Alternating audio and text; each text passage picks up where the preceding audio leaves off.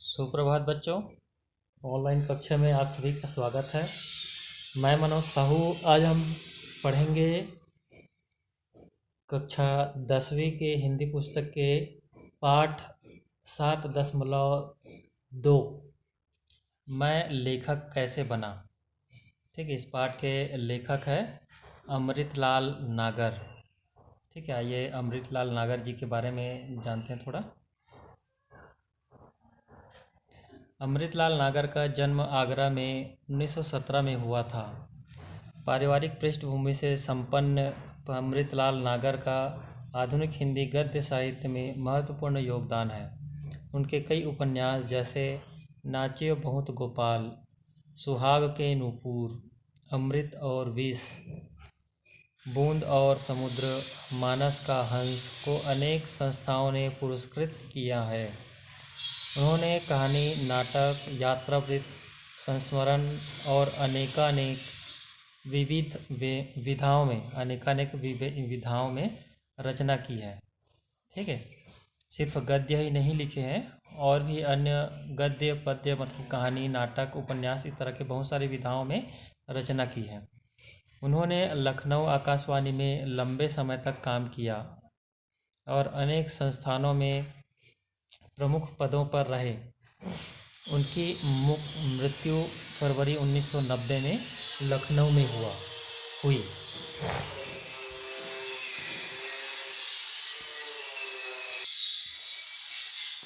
अपने बचपन और नौजवानी के दिनों का मानसिक वातावरण देखकर यह तो कह सकता हूँ कि अमुक अमुक परिस्थितियों ने मुझे लेखक बना दिया, है ना। परंतु यह अब भी नहीं कह सकता कि मैं लेखक ही क्यों बना। मेरे बाबा जब भी लाड़ से मतलब प्यार से मुझे आशीर्वाद देते तो कहा करते थे, मेरा अमृत जज बनेगा। ठीक है, क्या बनेगा? जज बनेगा, न्यायाधीश बनेगा करके वो आशीर्वाद देते थे। कालांतर में उनकी यह इच्छा मेरी इच्छा भी बन गई। ठीक है, कालांतर में उनकी जो इच्छा है, मतलब लेखक भी कोशिश करने लगे, है ना, कि मैं क्या बनूंगा करके, जज बनूंगा करके। अपने बाबा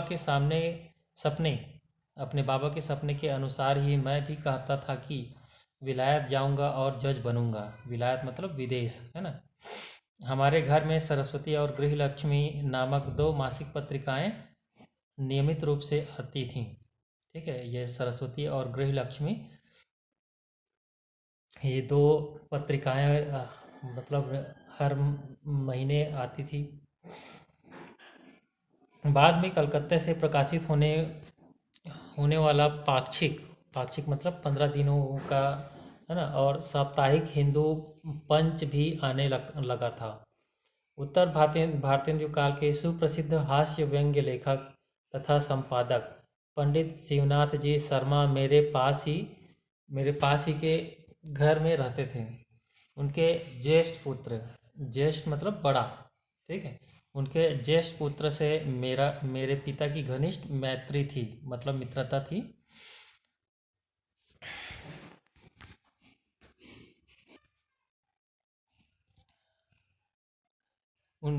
उनके यहाँ से मेरे पिताजी पढ़ने के लिए अनेक पत्र पत्रिकाएं लाया करते थे। वे भी मैं पढ़ा करता था। हिंदी रंगमंच के उन्नायक मतलब सबसे ऊपर के जो रंगमंच के जो भी नाटककार है या फिर जो भी लेखक हैं, है ना, राष्ट्रीय कवि पंडित माधव शुक्ल लखनऊ आने पर मेरे ही घर पर ठहरते थे। ठीक है, राष्ट्रीय कवि कौन? पंडित माधव शुक्ल लखनऊ आने पर मेरे ही यहाँ रुकते थे। मुझे उनका बड़ा स्नेह प्राप्त हुआ। आचार्य श्याम सुंदर दास उन दिनों स्थानीय कालीचरण हाई स्कूल के हेडमास्टर थे। उनका एक चित्र मेरे मन में आज तक स्पष्ट है। सुबह सुबह नीम की दातुन चबाते हुए मेरे घर पर आना, इलाहाबाद बैंक की कोठी जिसमें हम रहा करते थे, मतलब क्वार्टर, कोठी मतलब क्या, क्वार्टर समझ लो। उसके सामने ही कंपनी बाग था, है, उसकी कंपनी का बाग था। बगीचा था, है ना। उसमें टहल कर दातुन करते हुए वे हमारे यहाँ आते, वहीं हाथ मुंह धोते, फिर चांदी के वर्क में लिपटे हुए आंवले आते। ठीक है, चांदी के वर्क आप लोग देखे होंगे मिठाई मिठाई में सिल्वर और गोल्डन करके, गोल्डन कलर का एक अलग परत लगा हुआ रहता है ना, कुछ कुछ मिठाइयों में, है ना। तो उसी को बोलते हैं चांदी के वर्क। यहाँ पर वर्क मतलब काम नहीं है, ठीक है। वो जो पतला लेयर रहता है कोई कोई मिठाइयों में आप लोग देखे होंगे, तो उसको बोलते हैं चांदी के वर्क, है ना। तो उसमें लिपटे हुए आंवले आते, दुग्ध पान होता। दुग्ध पान मतलब दुग्ध का पान, पान मतलब ग्रहण करना या पीना, दुग्ध पान होता। तब तक आचार्य प्रवर का चपरासी, आचार्य प्रवर मतलब वो जो ऊंचे, प्रवर मतलब क्या, ऊंचे, है ना। तो प्रवर का चपरासी अधीन उनकी कोठी से हुक्का लेकर हमारे यहाँ आ पहुँचता। आधा पौन घंटे तक हुक्का गुड़गुड़ाकर वे चले जाते। उर्दू के सुप्रसिद्ध कवि पंडित ब्रिज नारायण चकबस्त के दर्शन भी मैंने अपने यहाँ ही 3-4 बार पाए। ठीक है, उर्दू के सुप्रसिद्ध कवि पंडित ब्रिज नारायण चकबस्त, है ना। तो उसके दर्शन भी मतलब वो भी उनके यहाँ आ चुके हैं 2-3 बार। पंडित माधव शुक्ल की दबंग आवाज़ और उनका हाथ बढ़ा बढ़ा कर कविता सुनाने का ढंग आज भी मेरे मन में उनकी एक दिव्य झांकी प्रस्तुत कर देता है। जलियांवाला बाग के बाद शुक्ल जी यहाँ की खून से रंगी हुई मिट्टी एक पुड़िया में ले आए थे। उसे दिखाकर उन्होंने जाने क्या क्या बातें मुझसे कही थीं। वे बातें तो अब तनिक भी याद नहीं, पर उनका प्रभाव अब तक मेरे मन में स्पष्ट रूप से अंकित है। उन्होंने जलियांवाला बाग हत्याकांड की एक तिरंगी तस्वीर भी मुझे दी थी। बहुत दिनों तक वे मेरे पास मेरे वो चित्र मेरे पास रहा। एक बार कुछ अंग्रेज अफसर हमारे यहाँ दावत में आए थे, दावत में मतलब खाने पीने के लिए आने वाले थे। तभी मेरे बाबा ने वह चित्र घर से हटवा दिया। मुझे बड़ा दुख हुआ था। मेरे पिताजी आदि पूज्य माधव जी के निर्देशन में अभिनय कला सीखते थे। वह चित्र भी मेरे मन में स्पष्ट है। हो सकता है कि बचपन में इन महापुरुषों के दर्शनों के पुण्य प्रताप से ही आगे चलकर मैं लेखक बन गया हूँ, है ना। वो बोल रहे हैं कि मैं लेखक कैसे बना, तो हो सकता है ये इन लोगों के दर्शन के कारण, इन लोगों के प्रभाव के कारण बना हूँ करके बोल रहे हैं। वैसे कलम के क्षेत्र में आने का एक स्पष्ट कारण भी दे सकता हूँ। कलम के क्षेत्र का कहने का मतलब कि लेखक बनने का, है ना। लेखक बनने के क्षेत्र में आने का एक स्पष्ट कारण भी दे सकता हूँ। क्या कारण है वो? सन 1928 में इतिहास प्रसिद्ध साइमन कमीशन दौरा करता हुआ लखनऊ नगर में भी आया था। उसके विरोध में यहाँ एक बहुत बड़ा जुलूस निकला था। पंडित जवाहरलाल नेहरू और पंडित गोविंद वल्लभ पंत आदि उस जुलूस के अगुवा थे मतलब ये आगे थे, वो नेतृत्व कर रहे थे। लड़कई उम्र के जोश में मैं भी उस जुलूस में शामिल हुआ था। लड़कई उम्र मतलब नया नया युवा थे, है ना। तो इसीलिए वो उस जोश में उस जुलूस में शामिल हुआ था। जुलूस भीड़ 1.5 मील लंबा था। जुलूस कितनी लंबी थी? 1.5 मील, ठीक है। 1.5 मील किलोमीटर से भी बड़ा होता है मील, है ना। तो 1.5 मील लंबा था, 2 किलोमीटर से भी ज़्यादा समझ लो। उसकी अगली पंक्ति तक जब पुलिस की लाठियां बरसी तो भीड़ का रेला पीछे की ओर सरकने लगा। उधर पीछे से भीड़ का रेला आगे की ओर बढ़ रहा था, है ना। मुझे अच्छी तरह से याद है कि 2 चक्की के पाटों में पिसना मेरा दम घुटने लगा था। पीस कर 2 पाटों के बीच में, भाई एक तरफ से वो पुलिस वाले लोग लाठी चलाने लगे तो उधर से भागने लगे, है ना, उल्टे आने लगे, और इधर से जो जाने वाले लोग हैं, है ना, वो जा ही रहे थे, तो इसलिए बीच में बहुत ज़्यादा भीड़ भाड़ हो गई थी। मुझे अच्छी तरह से याद है कि चक्की के पार्ट में पीस कर मेरा दम घुटने लगा था, मेरे पैर ज़मीन से उखड़ गए थे। ठीक है, मेरे पैर ज़मीन से उखड़ गए थे, कहने का मतलब कि इतनी भीड़ थी कि ज़मीन में वो पैर नहीं रख पा रहा था। दाएं बाएं आगे पीछे चारों ओर की भीड़, उन्मत्त भीड़। ठीक है, उन्मत्त भीड़।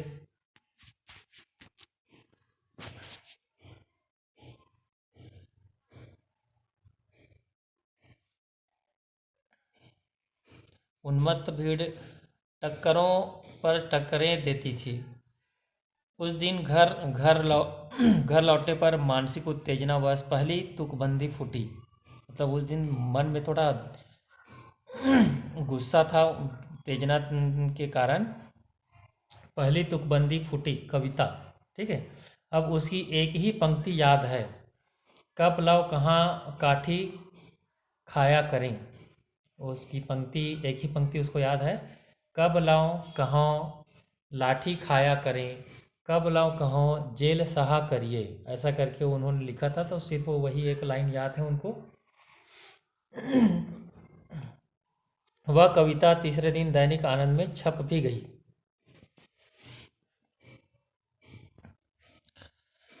छापे के अक्षरों में अपना नाम देखा तो नशा आ गया।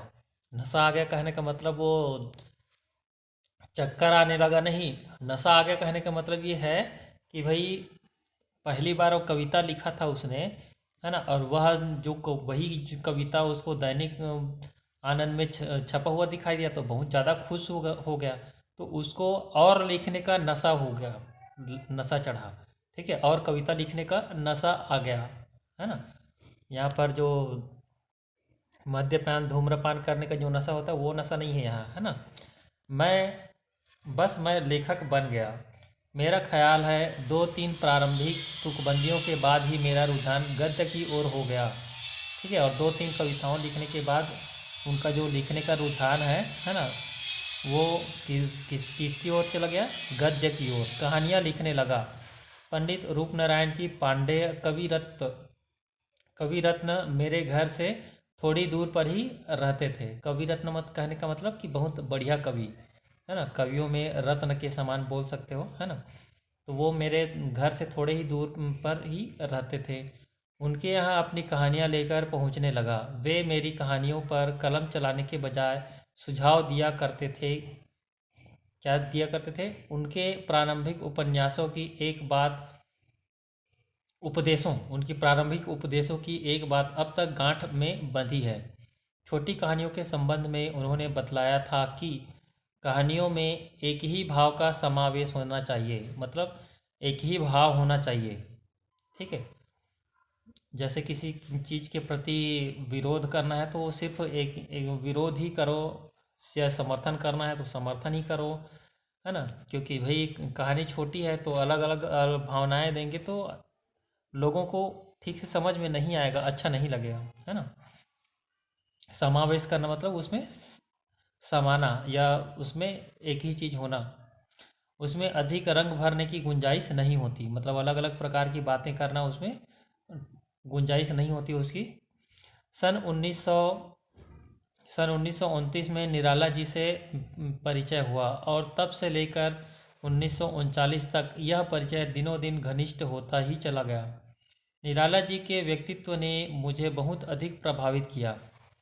आरंभ में यदा कदा मतलब कभी कभार, यदा कदा दुलारे जी का दुलारे लाल जी भार्गव के सुधा कार्यालय में भी जाया आया करता था। मिश्र बंधु बड़े आदमी थे।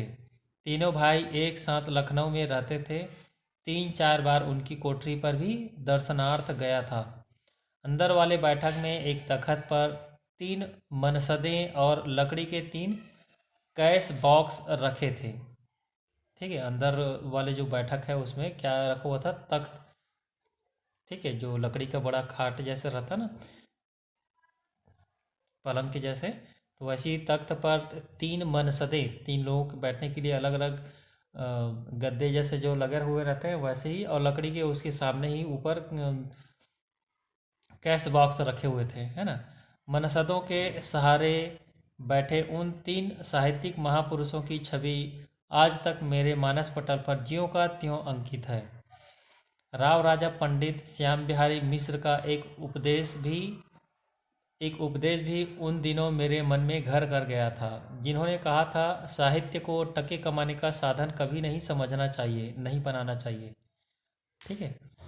साहित्य को टके कमाना, टका कमाना मतलब पैसे कमाने, टका मतलब होता है पैसा, सिक्का, है ना। तो टके कमाने का साधन नहीं समझना चाहिए, नहीं बनाना चाहिए करके वो जो बोले थे वो अभी भी याद है। चूँकि मैं खाते पीते खुशहाल घर का लड़का था, इसलिए इस सिद्धांत ने मेरे मन पर बड़ी छाप छोड़ी। कहने का मतलब ये है कि खाते पीते घर, खुशहाल घर का लड़का था, कहने का मतलब कि अमीर आदमी, घर के आदमी तो पैसे से या किसी चीज़ की परेशानी नहीं थी, इसलिए वो इन उन सिद्धांतों का पालन कर लिए। लेकिन जो गरीब लोग हैं वो इस चीज़ का पालन नहीं कर पाएंगे, है ना। इस तरह सन 2930 तक मेरे मन में यह बात एकदम स्पष्ट हो चुकी थी कि मैं लेखक ही बनूंगा। काशी में उन दिनों अनेक,